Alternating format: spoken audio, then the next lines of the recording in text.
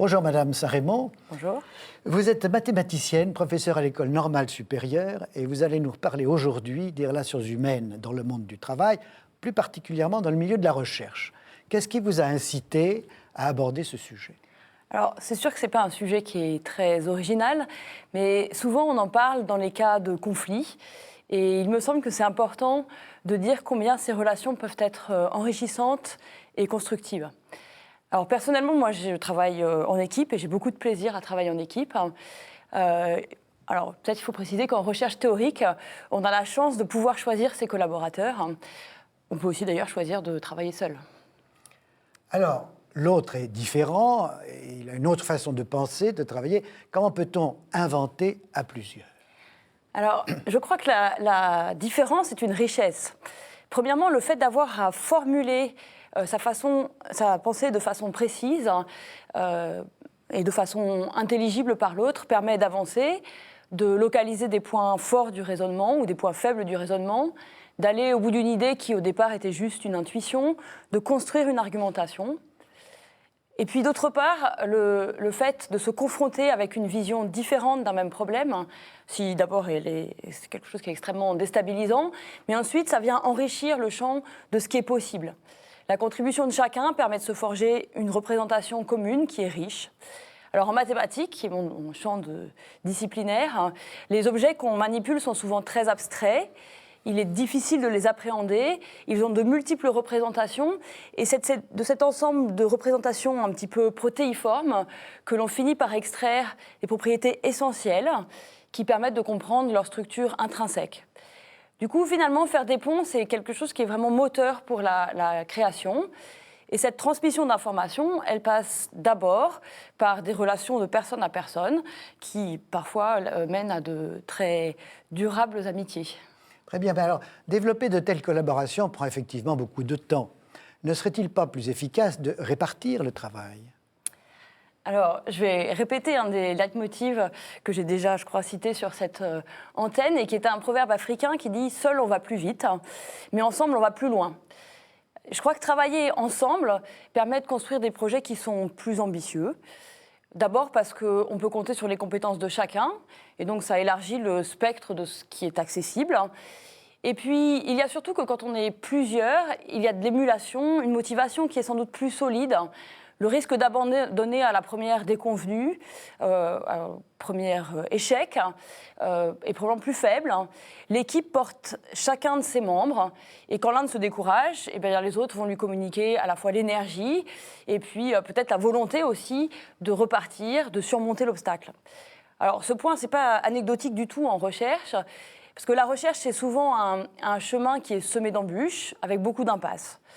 La très grande majorité du temps, d'ailleurs, le chercheur sèche ou il se trompe. Je crois que c'est quelque chose qui est important à dire, qui n'est pas forcément connu du public. La découverte est très imprévisible, mais en même temps, elle nécessite qu'on ait beaucoup tourné et retourné les idées. Et donc, c'est une épreuve, une sorte d'épreuve psychologique où la détermination est cruciale. Alors, il me semble que la clé pour avancer ensemble, c'est vraiment d'être capable de se faire confiance, de pouvoir compter les uns sur les autres, de savoir que chacun va contribuer à sa mesure, que le travail sera fait et qu'il sera bien fait, et puis qu'il sera fait aussi dans la bonne humeur. Je pense que c'est important de savoir sourire ensemble des mauvaises idées, et puis de se réjouir ensemble de celles qui mènent à des jolis résultats. Voilà, j'aime bien travailler joyeusement. Eh bien, la réalité n'est pas toujours aussi simple. Est-ce que ce n'est pas une vision un peu naïve des relations du travail ? Alors, comme je l'ai dit, les sciences qui ne sont pas expérimentales ont un aspect un peu particulier puisqu'on a la chance de pouvoir choisir ses collaborateurs et choisir de préférence ceux avec qui les choses se passent bien. Donc, souvent, une première collaboration naît un petit peu du hasard, d'une rencontre, d'un séminaire où on s'est rendu compte que quelqu'un avait des problèmes très proches, ou juste d'une question posée au détour d'un couloir. Et à ce stade-là, il est difficile de savoir quelles sont les collaborations qui aboutiront. Est-ce que ce sera la suite ? Alors d'une part, il y a cet aspect qui est valable pour toutes les relations humaines, qu'il y a des gens avec qui on accroche et puis d'autres avec qui on accroche moins. Des gens qui vont s'investir dans la relation et d'autres qui vont moins s'investir. Mais la collaboration est un exercice qui est particulièrement délicat. Alors, j'essaie d'expliquer pourquoi. dans toute preuve mathématique, il y a une part de choses qui n'est pas dite, de non-dit. Alors, d'une part, parce qu'on ne réinvente pas tout à chaque fois. Et puis, d'autre part, parce qu'il y a ce fond de culture qui est commun à tous les mathématiciens et quelque part qu'il est inutile de répéter. Alors, la difficulté, c'est d'arriver à définir ce seuil entre ce qui va s'imposer clairement et puis ce qui mérite une argumentation. Et c'est quelque chose qui est extrêmement important parce que la rigueur est l'essence même des mathématiques. Si on va trop vite, alors on passe complètement à côté de cette rigueur. On risque de rater justement les cas pathologiques, ceux qui méritent une compréhension particulière. Et à l'opposé, si on rentre dans un excès de détails, on rend le travail très indigeste et puis quelque part invérifiable. Donc c'est une autre possibilité d'échec, je dirais, de la recherche. Donc voilà, cette exigence, elle est vraiment cruciale. Et l'alchimie, pour travailler avec des collaborateurs, est quelque chose d'extrêmement délicat. Alors, les collaborateurs sont quelques collègues choisis, mais qu'en est-il des relations avec les autres personnes qu'on côtoie au travail ? Alors, actuellement, j'ai la chance d'appartenir à un laboratoire relativement petit et j'apprécie beaucoup la grande convivialité, la grande disponibilité aussi du personnel administratif qui nous chouchoute en quelque sorte, et puis le fait de côtoyer des chercheurs dont les centres d'intérêt sont assez différents des miens et du coup avec une interaction qui est riche. Alors, mais il faut être réaliste et effectivement, au-delà de ce petit cocon, le monde académique est un monde qui est relativement dur, très compétitif.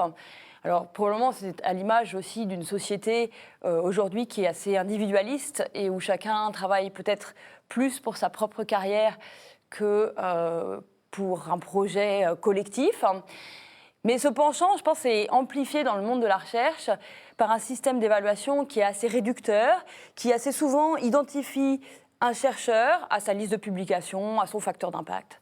Et du coup, on rentre dans une course un petit peu folle à la publication, course qui est entretenue par des chercheurs qui sont déjà bien établis, qui quelque part n'en auraient pas besoin, mais qui sont toujours à la recherche de plus de reconnaissance. Alors chacun de nous est un petit peu comme ça, mais évidemment, il y en a qui sont plus que d'autres.